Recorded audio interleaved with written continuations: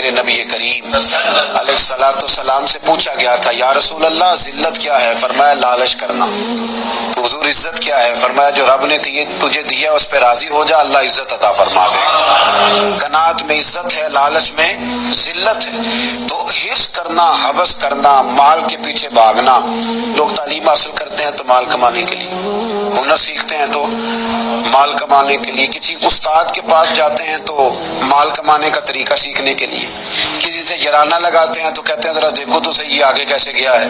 جب مطمع نظر ہی مال ہو، جب توجہ ہی ساری مال کی طرف ہو، جب دولت ہی ہر چیز کا لوگ حاصل سمجھ لیں اور مقصود اور مدعائی دولت کو بنا لیں، تو پھر انسانوں میں کمزوریاں پیدا ہوتی ہیں، روحانی قوتیں ختم ہوتی ہیں، پھر انسانوں کے اندر شوق، ذوق اور وہ ساری چیزیں کمزور پڑتی ہیں۔ میرے نبی کریم، پھر پڑھیے، خوش ہو کے پڑھیے، نبی کریم صلی اللہ تعالی علیہ وآلہ وسلم نے نا ہمیں یہ سکھایا ہے، بتلایا ہے کہ قناعت کرو، تھوڑے پر راضی رہنا سیکھو۔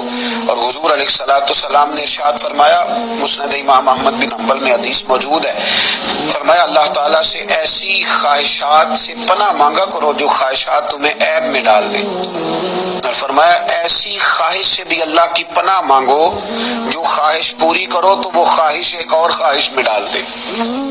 اللہ کی پناہ مانگو اس خواہش سے کہ جو پوری کی جائے تو پھر ایک اور خواہش میں تمہیں ڈال دے، اس سے اللہ تعالیٰ کی پناہ مانگو، پناہ مانگو، اللہ تبارک و تعالیٰ کی پناہ مانگو۔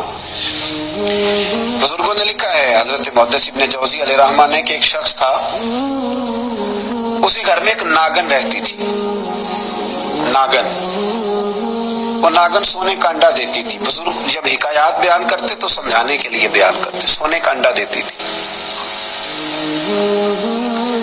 اس ناگن نے اس طرح کیا کہ ایک دن اس کے گھوڑے کو ڈس لیا، گھوڑا مر گیا۔ گھر والوں نے شکایت کری کہ اس کو مار دینا چاہیے، گھوڑا آج اس کے ڈسنے سے مر گیا، یہ ناگن ہے، سونے کا انڈا تو دے گی لیکن ڈسے گی بھی ضرور، یہ ناگن ہے، انڈا سونے کا دے گی پر ڈسنا اس کی فطرت ہے، یہ ڈسے گی بھی۔ اس نے کہا بھی کوئی بات نہیں، سونے کے انڈے سے کئی گھوڑے آ جاتے ہیں، مر گیا تو کیا ہوا۔ کچھ دنوں کے بعد اس ناگن نے کتے کو ڈسا، کتا بھی مر گیا۔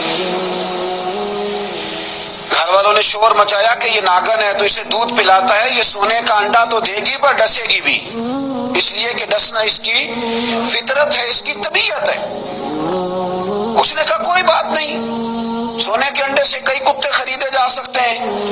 کچھ دنوں کے بعد اس نے پڑوسیوں کے کچھ جانوروں کو بھی ڈسا، لیکن جب انسان کی آنکھوں کے سامنے سونے کے انڈے کی اینک لگی ہوتی ہے نا، پھر کتنے لوگ ڈسے جا رہے ہیں اس کی پرواہ نہیں ہوتی۔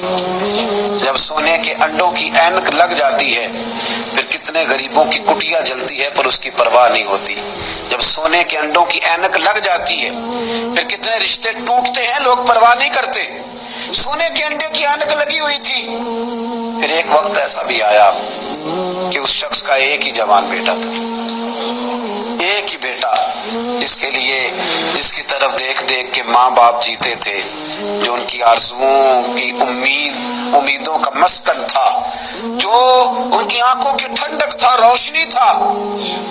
اس ناگن نے پھر اس بچے کو ڈسا، اور جب اس بچے کا جنازہ اٹھا تو پھر اس نے ہاتھ میں ڈنڈا پکڑا، اور ڈنڈا پکڑ کے جب وہ مارنے لگا نا ناگن کو، تو اس کی بیوی کہنے لگی اسے نہ مار، اپنے اندر کے لالچ کو ڈنڈا مار، اپنے اندر کی اس حرص کو، اس ہوس کو، اس طمع کو، جس نے آج میرے بیٹے کی جان لے لی، جس نے ایک ماں کی گود اجاڑ ڈالی، جس نے اس گھر کی ساری خوشیوں کو تباہ کر دیا، اس لالچ پہ ڈنڈے برسا، جس نے تباہ کر کے رکھ دیا ہر چیز کو، جس نے کچھ بھی آج باقی نہیں چھوڑا، بے قدرہ کچھ قدر نہ جاتی، کیتی خوب تسلی ہو، اے دنیا دار پجاری زر دے، کتیاں دے گل ٹلی ہو۔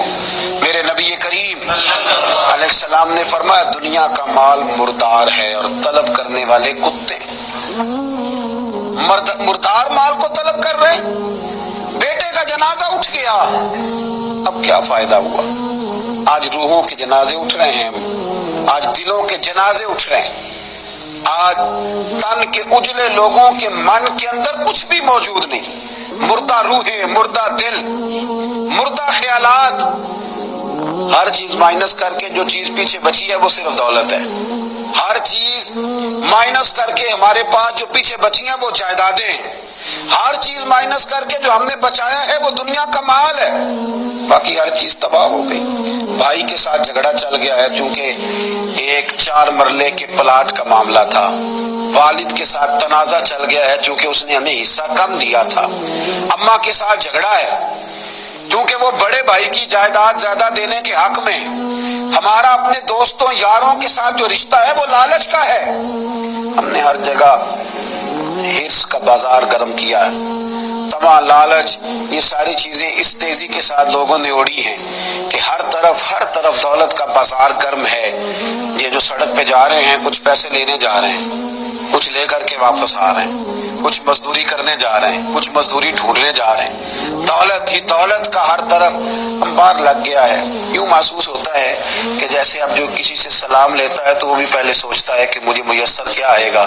حضرت موسیٰ کلیم اللہ علی نبینا علیہ السلام، حضرت موسیٰ کلیم اللہ علیہ السلام کے زمانے میں ایک شخص تھا جو مستجاب الدعوات تھا. قوم جبارین کے پاس رہنے والا وہ شخص بلعم بن باورا اس کا نام تھا. مستجاب الدعوات تھا. اللہ نے اسے یہ درجہ عطا کیا تھا کہ جو دعا کرتا تھا رب اس کی قبول فرما لیتا تھا. اس کی دعائیں مقبول ہوتی تھی. اتنا اللہ کریم نے اسے نوازا تھا. جب حضرت موسیٰ علیہ السلام بنی اسرائیل کو لے کر اس قوم کی طرف گئے نا جہاد کرنے کے لیے، تو بلعم بن باورا پہاڑ پر عبادت کرتا تھا. بہت سارے لوگ اس کی عقیدت مند تھے، بہت سارے لوگ اس سے محبت کرتے تھے، بہت ساری جگہوں پہ وہ چاہا جاتا تھا. جب اس کی طرف حضرت موسیٰ اس قوم کی طرف حملہ کرنے کے لیے جا رہے تھے تو لوگوں نے اس سے کہا کہ تو اس طرح کر کے دعا کر کہ حضرت موسیٰ کی قوم رستے میں ہی تباہ ہو جائے معاذ، کیونکہ تیری دعائیں قبول ہوتی ہیں. تو یہ دعا کر کہ رستے میں ہی وہ سب لوگ ختم ہو جائے. اس نے کہا کیا بیوقوفی کرتے ہو، اللہ کے نبی کے بارے میں دعا کر دو، پیغمبر خدا کے بارے میں، حضرت موسیٰ کلیم کے بارے میں کیا بیوقوفی کرتے. لوگوں نے مجبور کیا، اسے مجبور کیا، لیکن اس نے کہا نہیں میں نہیں یہ کام کرتا. لوگوں نے دلائل دیے. بالآخر کچھ لوگوں نے کہا کہ آپ استخارہ کر لیں، اگر تو آپ کی سمجھ میں یہ بات آئی تو آپ آگے لے جائیے گا، نہ آئی تو نہ لے جائیے گا. بلعم بن باورا نے استخارہ بھی کیا. استخارے میں بھی اسے حکم ہوا کہ تم نے بد دعا نہیں کرنی، تم نے حضرت موسیٰ کی قوم کے بارے میں دعائے ضرر نہیں کرنی. اب جب اس نے صاف ستھرا انکار کیا نا کہ بھئی میں دعا نہیں کروں گا اللہ کے پیغمبر کے بارے میں، نہ ان کی قوم کے بارے میں، تو لوگوں نے وہی حربہ استعمال کیا جو لوگ استعمال کرتے ہیں. ڈھیروں تحفے لے کے آ گئے، دولت لے کے آ گئے.